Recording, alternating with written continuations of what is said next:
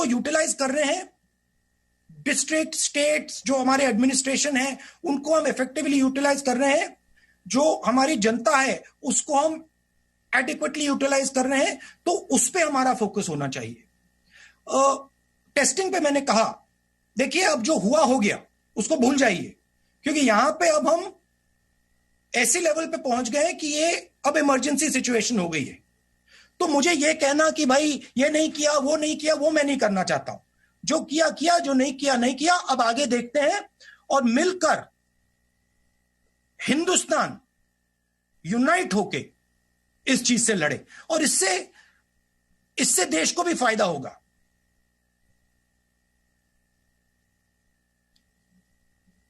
मतलब मेरा मेन सुझाव ब्लंट इंस्ट्रूमेंट्स ना यूज करें,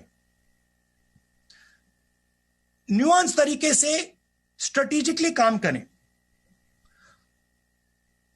आइडिया है कि भाई लॉकडाउन हो गया तो बात बन गई, नहीं, लॉकडाउन हुआ तो बात नहीं बनी है, बात पोस्टपोन हुई है।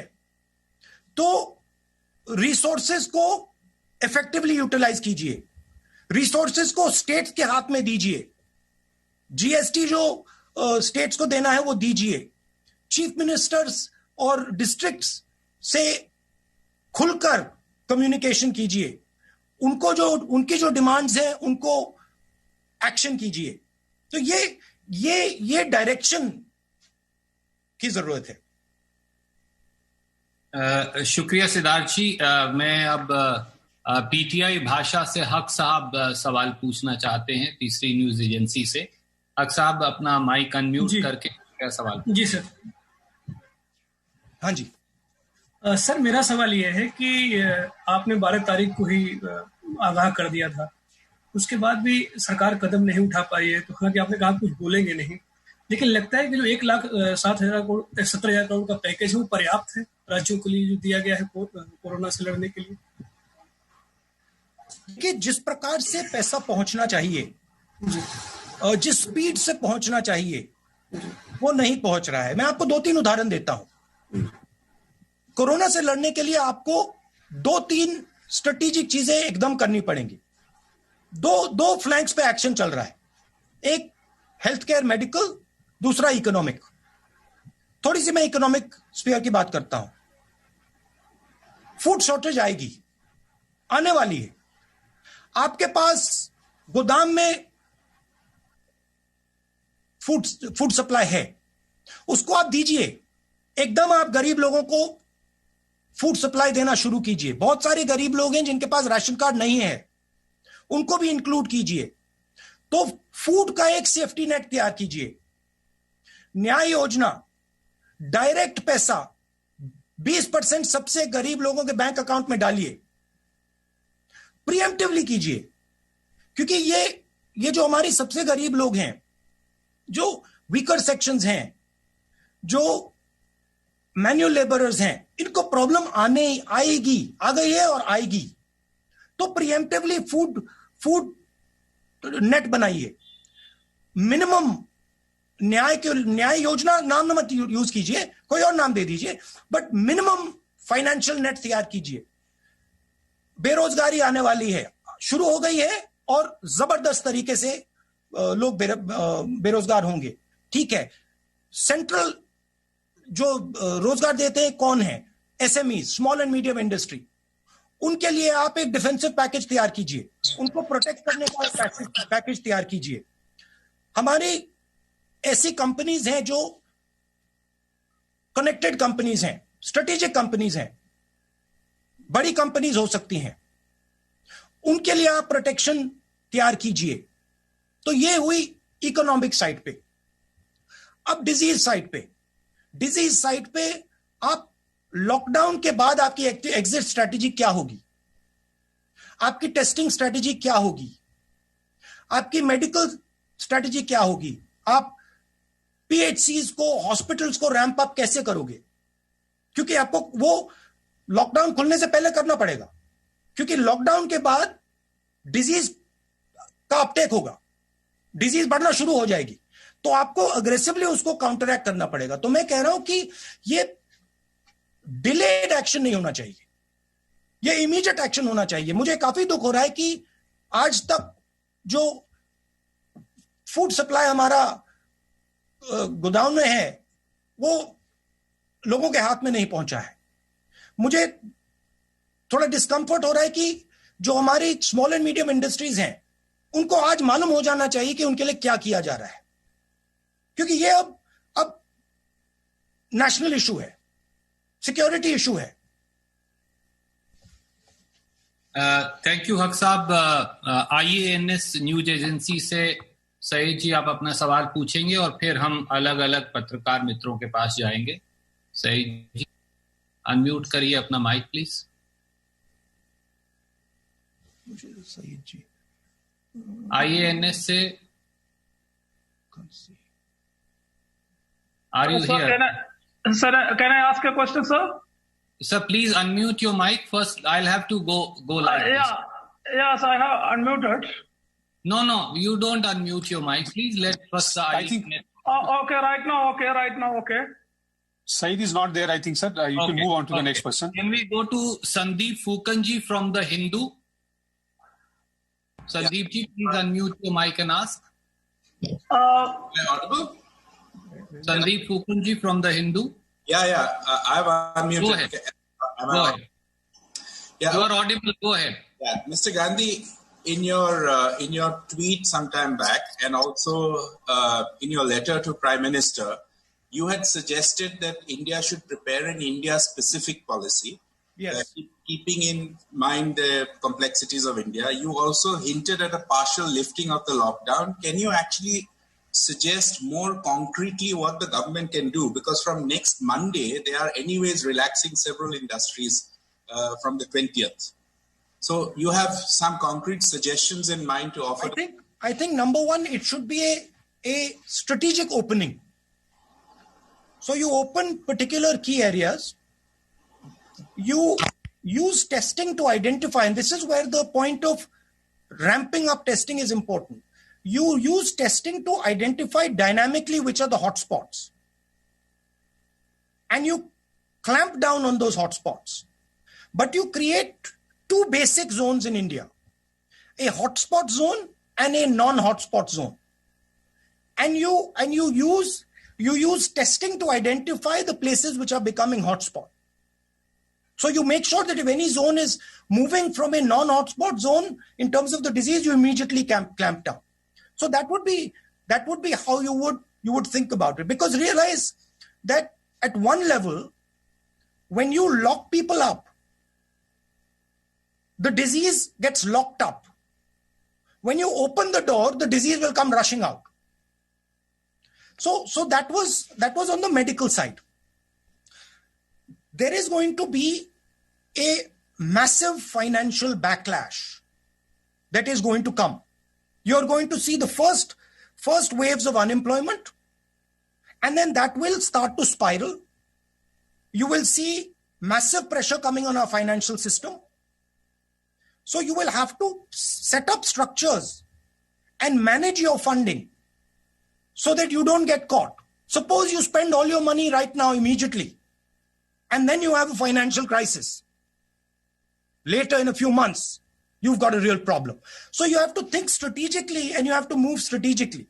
Certainly you have to spend a significant portion of your money in protection of people.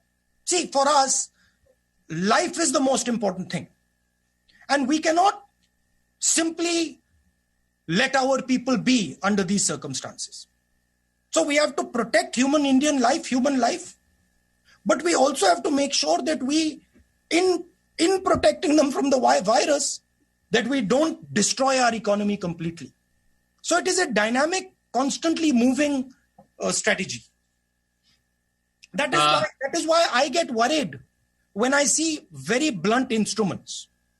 I would have liked a lot more power decentralized to the states. I would have liked a more detailed conversation between the states and the Prime Minister with regards to the strategy with the lockdown.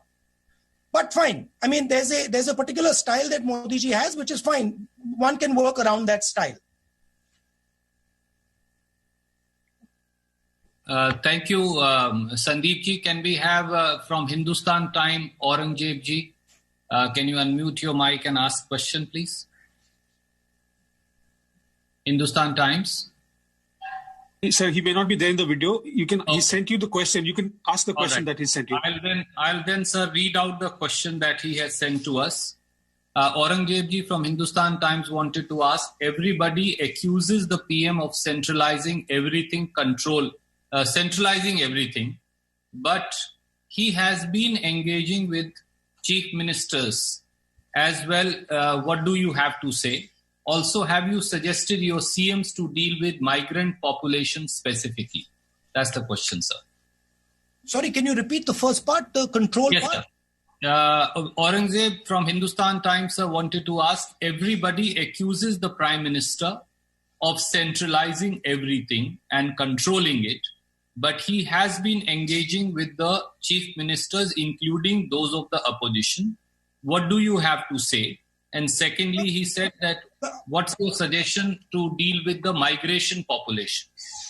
The best line I have heard in my conversations was that COVID cannot be controlled, it has to be managed. It has to be dynamically managed. And if you manage it properly, then you will be able to fight it back. But if you try to control it, you will not be able to control it. There's a difference between management and control. I think one needs to go beyond conversations. One needs to actually start putting money on the table, dynamically asking the chief ministers, what do they need? How can the central government help? So it is more than a conversation. It is a method of working. On the migrant issue, I think a couple mistakes were made with regards to the suddenness of the lockdown that have created a problem. We have a lot of migrants who are now stuck, and it is going to become a bigger problem as we go ahead. I think it's very important that we have a strategy for this, and I think the central government should work on a strategy of this, either how to solve this migrant issue in the states. I have not been speaking directly to my chief ministers about migrants, but I have mentioned to them that they need to handle this situation with extreme care and gentleness. Thank you, sir. Can I ask Manoj CG from Indian Express to come in, please? Manoj CG from Indian Express. Manoj, please ask your question if you're here. Or I think he sent in it. Yes, sir. Yes, sir. He has sent, Manoj has sent, he has got disconnected for some reason, but he sent the question and I'll read out his question to you. What Manoj basically wanted to ask from the Express was, and I read the question, all the Congress ruled states had demanded extension of the lockdown. You, on the other hand, have asked the government to change its one-size-fits-all strategy. You have argued that India's conditions are unique and need to take different steps, unlike other large countries which are following a total lockdown strategy. Why this contradiction or suggestion? Well, first of all, India is the only country in the world that is attempting a lockdown with the migrant population that we have. There is no other country in the world that has the scale of migration that we have, other than China, which has stopped the migration in its tracks, because the Chinese system is different. They have, most of their migrants live in factories and live near factories and live in proper housing. So we have this huge migration problem. And we are also quite a decentralized country. I've been a member of parliament in Uttar Pradesh and in Kerala. I can tell you that the response in Kerala is completely different than the response in Uttar Pradesh. Results are different. The way of working is different. The style is different. So you need to give much more power to the chief ministers. In my view, the center needs to control the main arteries, the main national system. but the state needs to control its area. So if Chhattisgarh, in my view, wants a more nuanced lockdown and a Uttar Pradesh wants a total lockdown, that choice, in my view, should have been given to the chief ministers. But it's fine. It's not been given. We're past that now. It's no point going over it again.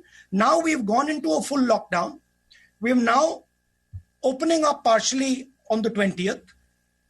I'm advocating a strategic opening because I fear that if you open and you do not have testing, you will be forced to go into a lockdown again because you will see the disease profile will pick up. So that is why I'm advocating for a strategic lockdown where the state governments are aggressively testing and checking what is going on dynamically. Thank you, sir. I will request now Arun Kumar Singh. He is here from the CNN IBN to ask his question. Arun ji, आप अगर मेरी बात सुन रहे हैं, मैं देख सकता हूं आपको. अनम्यूट करिए और पूछिए. हेलो. Yes, Arun ji, आपकी आवाज सुन रही है. I can't see Arun. Sir, he has a mask on his face. He's standing outside. Okay, Arun Kumar, हाँ जी, नमस्कार. नमस्कार. राहुल जी, एक छोटा सा सवाल मेरा ये था कि पिछला जो राष्ट्र के नाम संबोधन था प्रधानमंत्री जी का, उसमें उन्होंने कहा कि इस महामारी को किसी दूसरे देश से तुलना तो नहीं करनी चाहिए हमें, लेकिन फिर भी भारत अन्य देशों की अपेक्षा सही स्थिति में है, ठीक स्थिति में है, बेहतर स्थिति में है. क्या आपको लगता है कि जो भारत सरकार जो भी कदम उठा रही है वो पर्याप्त है और वो संतुष्ट होने लायक है आपको? देखिए, इसमें बाकी देश जो कर रहे हैं और हम जो कर रहे हैं, मुझे फ्रैंकली बाकी देशों के ऊपर वारी नहीं है. मैं जो हिंदुस्तान कर रहा हूं उसमें इंटरेस्टेड हूं.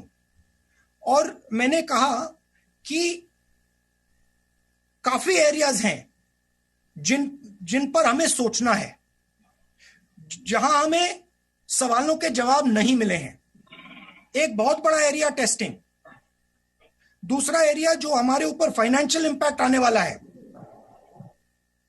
उसके बारे में हम क्या कर रहे हैं, तीसरा एरिया जो फूड शॉर्टेज आने वाली है उस पर हमारी स्ट्रेटेजी क्या है, चौथा हमारा जो स्मॉल एंड मीडियम बिजनेसेस जो हैं, जो हमारे 40% रोजगार देते हैं देश में, उनके लिए हमारा प्रोटेक्शन प्लान क्या है. मुझे नहीं लगता कि बाकी देश हिंदुस्तान जितने कॉम्प्लिकेटेड हैं, हिंदुस्तान जितने बड़े हैं, तो हमें इन चीजों को प्रोएक्टिवली अपफ्रंट सोचना पड़ेगा और एक्शन करना पड़ेगा. ये तो अगर देखिए, ये जो लड़ाई है ये अभी शुरू हुई है. इसमें आज विक्ट्री डिक्लेयर करना बहुत गलत काम होगा, क्योंकि ये लंबी लड़ाई है और इस लड़ाई को सिस्टमैटिकली आस्ते आस्ते लड़ना पड़ेगा. Thank you, Arun ji. May I now request Anand Patel from India today? He is here. Unmute your mic and ask question, please. Good afternoon. My question is with regard to the problems faced by the farmers in the country. We have seen the farmers struggling to sell their crop, that is one. And second, the losses which they are making because of the COVID pandemic. So far, we have not heard any step from the government, union government, to mitigate for the losses in terms of the MSP which they announce before every season. What are your suggestions to the government in this regard? I mean, my suggestions is to think about a safety net for critical areas of our economy. Food is going to be a major problem. It's going to be a huge problem.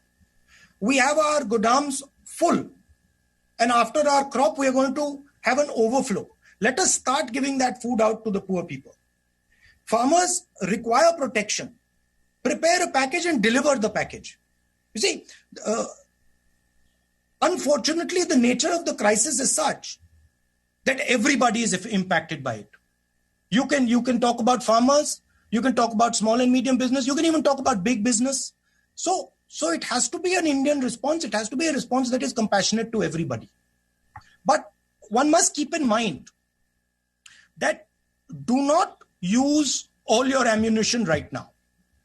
Because if you use all your ammunition right now, and we end up 2-3 months from now with a serious financial blowback, we have a real serious problem there. So it has to be a thought through strategic way of doing it. My advice is give out as much money to the poorest, weakest people as you can, but keep in mind that there is going to be a financial backlash. The water is going to come back.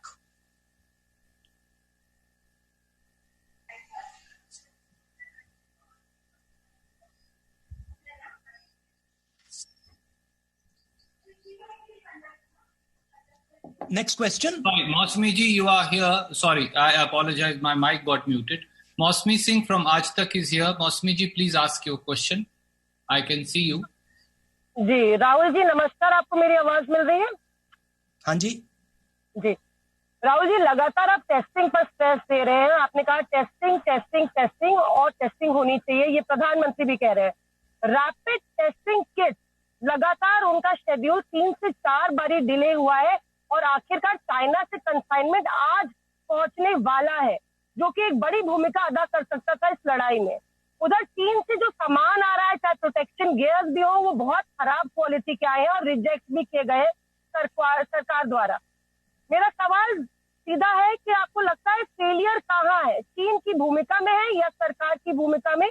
और दूसरा, लगातार गैर भाजपा शासित राज्य ये आरोप लगा रहे हैं कि टेस्टिंग किट को लेकर उनके साथ भेदभाव किया जा रहा है, चाहे वो महाराष्ट्र हो या बाकी राज्य हो, और उनको कम मिल रहे हैं टेस्टिंग किट.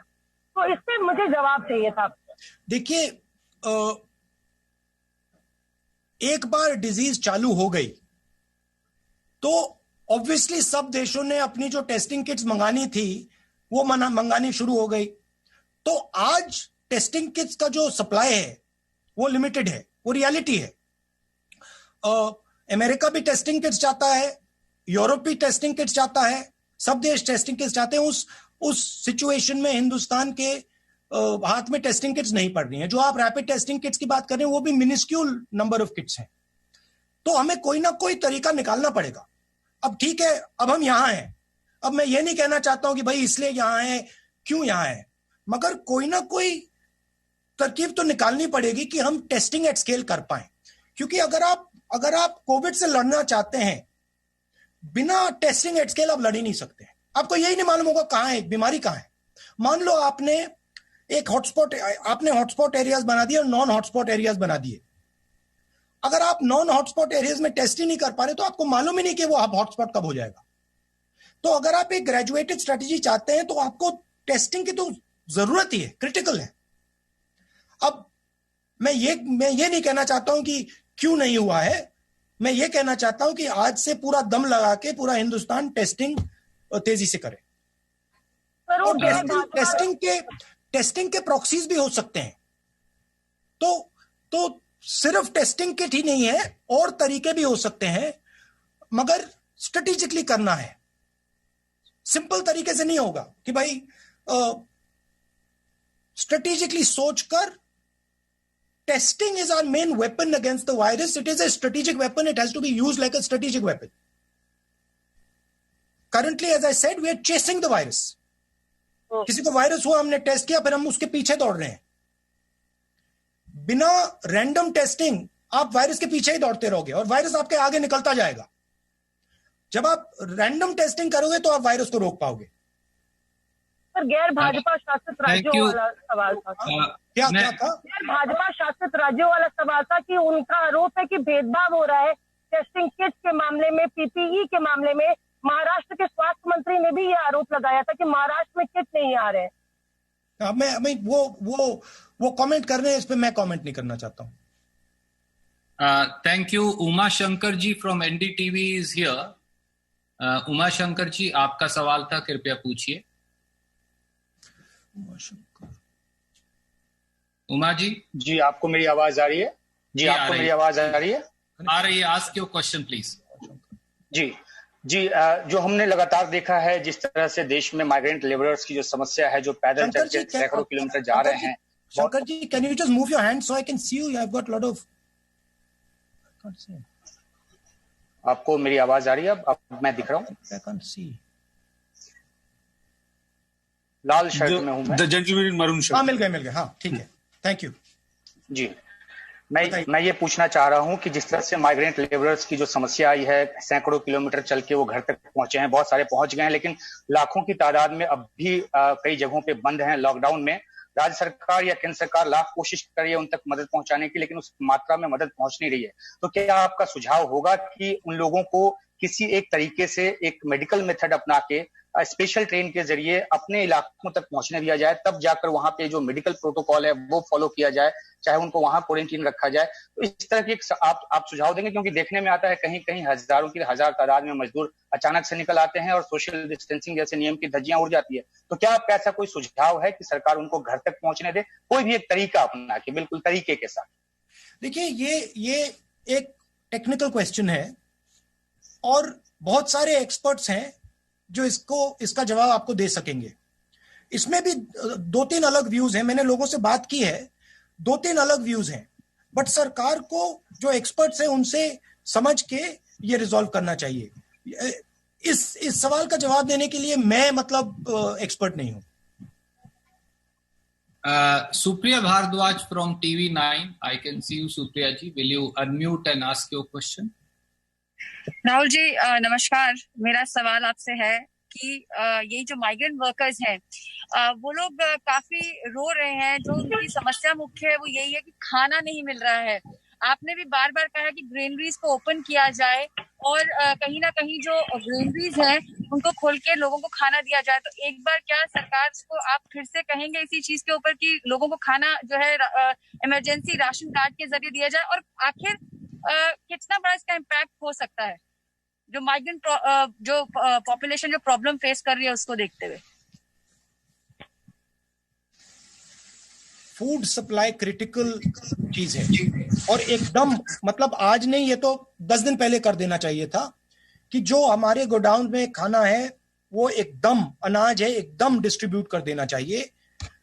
बहुत सारे लोग हैं जिनके पास राशन कार्ड नहीं है, उनको भी मिलना चाहिए। कोई ना कोई तरीका निकाला जा सकता है असेस करने के लिए। बट मुझे लगता है कि 10 केजी व्हीट और राइस, 1 किलो पल्सेस, 1 किलो चीनी हर सप्ताह सरकार को देना चाहिए उन लोगों को जो भूखे हैं।